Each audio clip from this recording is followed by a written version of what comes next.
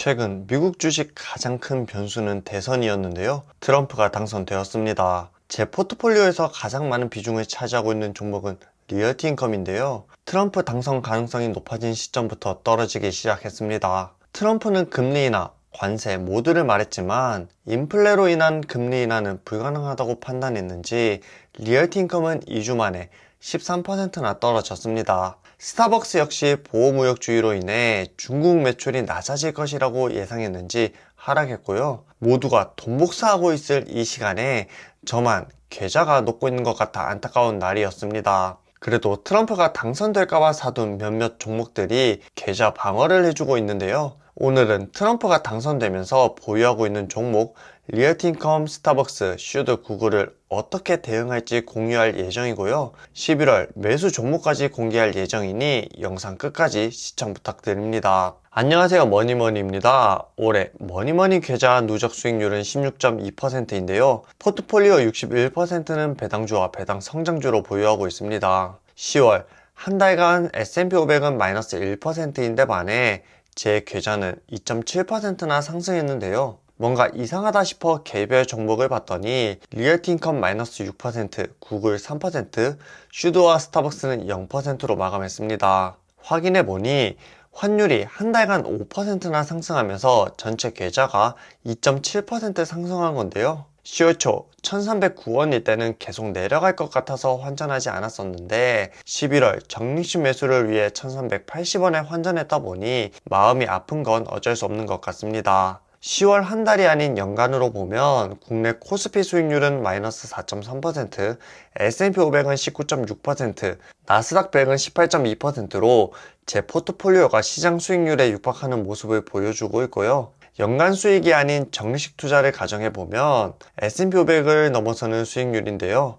앞으로도 돈은 잘 벌고 있지만 주가가 하락하는 기업을 꾸준히 매수해야겠습니다. 코스피와 S&P 500은 연간 수익률이 20% 이상 차이가 나는데요. 올해 1월 서학개미 미국 주식 보관액이 673억인데 반해 11월 910억 달러로 35% 이상 상승했습니다. 11월 S&P 500 추이와 경제 성장률을 봤을 땐 이 차이는 쉽게 좁혀지지 않을 것 같네요. 실적과 전혀 연관이 없음에도 불구하고 고려아연 등락 사태를 보면 한국 주식은 아직 투자하기 위험한 상품인 것 같습니다. 대한민국 국민으로서 자국 기업에 투자하지 못한다는 건 안타깝지만 상법 개정이 되기 전 한국 주식은 피하는 것을 권해드립니다. 제 포트폴리오 종목 중 리얼티인컴은 39%로 가장 많은 비중을 차지하고 있는데요. 트럼프가 당선되는 날 장중 5%까지 하락했습니다. 트럼프 당선 가능성이 높아진 2주 전에 비하면 13% 하락했는데요. 하반기 금리 인하 기대감으로 인해 빠르게 올랐던 것도 맞지만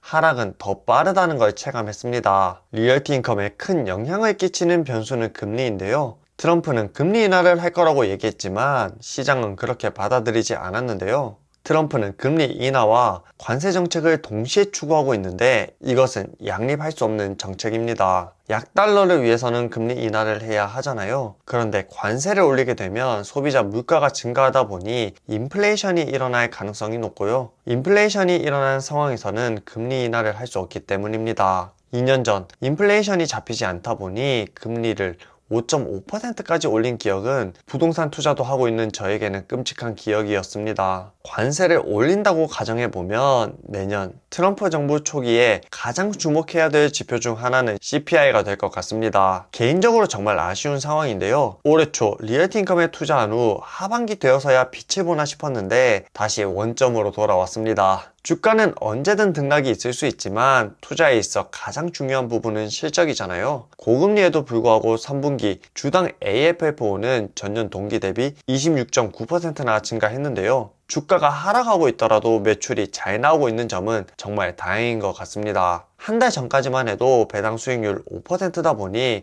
앞으로 리얼티인컴을 매수하지 않을 예정이었는데요. 현재 배당 수익률은 5.61%고요. 만약 주가가 더 하락해서 배당률 6%가 된다면 추가 매수까지 염두에 둬야겠습니다. 11월 6일 리얼티인컴 3분기 실적 발표가 있었는데 자세한 사항은 리얼티인컴 실적 검토 영상을 따로 올리도록 하겠습니다. 리얼티인컴 다음으로 가장 많은 비중을 차지하고 있는 종목은 스타벅스인데요. 트럼프 당선 이후 주가는 소폭 하락했습니다. 보호무역주의 정책으로 중국 매출이 줄어들 수도 있고요. 성장주에 돈이 다 쏠리다 보니 배당 성장주인 스타벅스는 외면받은 것 같습니다. 사실 스타벅스는 이것보다 더 큰 문제가 있는데요. 기업에서 가장 중요한 실적이 부진하다는 것입니다. 스타벅스는 최근 3분기 연속 매출 하락을 기록하고 있고요. 3분기 매출은 지난 동기 대비 3.2% 감소했습니다. 매출뿐만 아니라 영업이익은 23.4%나 감소하면서 수익성은 더 나빠졌는데요. 배당금은 주당 0.57달러에서 0.61달러로 7%나 인상했습니다. 이렇게 오른 배당금은 절대 좋아할 일이 아닌데요. 실적 가이던스조차 내지 못하고 있는 상황이고 실적이 좋지 않은데 배당금을 올렸다는 것은 지속 가능하지 않기 때문입니다. 스타벅스는 현재 저에게 30% 이상 수익률을 가져다주는 효자 종목인데요. 과거 AT&T와 같은 상황이 일어나지 않길 바라면서 새 CEO 브라이언 니콜이 잘해주길 바랄 뿐입니다. 다음은 구글인데요. 구글은 트럼프 당선 이후 가장 많이 기대했던 종목입니다. 역시나 당선 이후 무려 7%나 상승했는데요. 구글을 매수했던 가장 큰 이유는 S&P 500 전체 포워드 PR이 20.8배인데 반해 구글은 17.5배로 상대적으로 낮은 수치였기 때문입니다. 구글은 10년간 S&P 500 대비 주가 상승률 2배였는데요. 이런 구글이 S&P 500보다 낮은 포워드 PR을 가진다는 건 매수 기회라고 생각했기 때문입니다. 실적이 좋은데 낮은 포워드 PR을 가진 데는 이유가 있었는데요. 바로 반독점 소송에서 패소했기 때문입니다. 트럼프는 이런 규제와 법을 철폐하려고 하는데요. 특히 반독점 소송에서 패소한 걸 보고 분할에 대해 반대 의견을 냈습니다. 중국을 견제해야 되는 지금 구글을 분할하는 건 중국이 이득을 가져갈 수 있기 때문인데요. 만약 반독점 소송과 분할에서 자유로워진다면 구글 주가는 제자리를 찾아갈 거라고 생각하고 있습니다. 아쉬운 점은 매달 적립식 매수하는 500만원 이후에 구글을 추가 매수하려고 500만원 환전해 두었는데요. 대선 전날 해리스가 이길 가능성이 높아지면서 추가 매수하지 않았습니다. 이미 지나간 이야기다 보니 아무런 의미가 없지만 아쉬운 건 어쩔 수 없네요. 11월 역시 500만원 적립식 매수를 했는데요. 11월 1일 되자마자 마이크로소프트 8주, 구글 2주를 매수했습니다. 배당 재투자로는 리얼티인컴에서 받은 배당금으로 리얼티인컴 1주를 매수 완료했습니다. 마이크로소프트는 포트폴리오에 처음으로 편입한 종목인데요. 원래는 구글을 매수할 계획이었는데 마이크로소프트 실적 발표 당일 6% 빠지면서 기쁜 마음으로 8주를 담았습니다. 마이크로소프트는 예측치 훨씬 상회한 10% 실적 발표를 했는데요. 클라우드와 오피스 365는 10% 후반대 성장을 이뤘는데 반해 게임에서 4%나 감소하면서 실적이 다소 낮아졌습니다. 최근 PC의 데이터를 직접 저장하기보다 클라우드에 저장하는 경우가 많은데요. 저 역시 마이크로소프트 클라우드 서비스인 원드라이브를 쓰고 있고요. 24년 7월 마이크로소프트 클라우드 서비스 장애로 항공, 게임 등 전 세계가 멈추는 상황이 발생했잖아요. 마이크로소프트 클라우드가 멈췄을 뿐인데 전 세계가 마비된다는 점과 이런 엄청난 피해에도 불구하고 마이크로소프트 주가가 떨어지지 않는 걸 보면서 대체제가 없구나 라는 생각을 했습니다. 또 다른 흑자 사업으로는 오피스 365가 있습니다. 어릴 적 엑셀을 돈 주고 사야 된다는 개념은 없었는데요. 최근 컴퓨터를 구매했을 때만 해도 구독이 아닌 다른 방법이 없는지 찾아봤지만 이제는 무조건 구독으로 사용해야 되더라고요. 그런데 그 구독료가 무려 연 12만원입니다. 엑셀 없이 자료를 만들 수가 없고 PPT 없이 발표할 수 없는 세상에서 살고 있잖아요. 이 역시 대체 불가 사업입니다.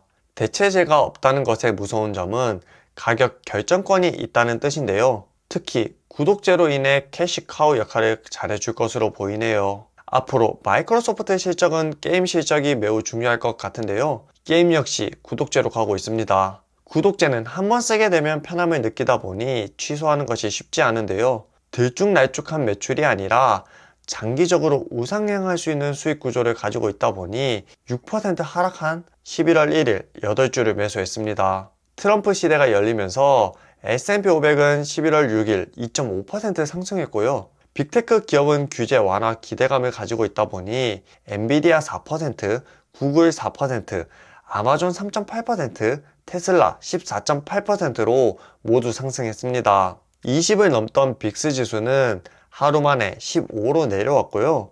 고평가인지 측정하는 또 다른 지표인 Fear and Greed 인덱스는 60으로 탐욕 구간임을 뜻하고 있습니다. 그렇다 보니 대규모 투자는 지양할 예정인데요. 워렌 버핏은 환희에 팔고 공포에 사라고 했잖아요. 환희에 파는 건 어렵더라도 다음 공포에 사는 건 도전해 보도록 하겠습니다. 트럼프 시대로 인해 어떻게 될지 미래를 정확히 예측은 못하더라도 주가는 결국 실적을 따라간다는 믿음 하에 돈 잘 버는 기업 조각을 꾸준히 매입하겠습니다. 오늘 영상 여기까지고요.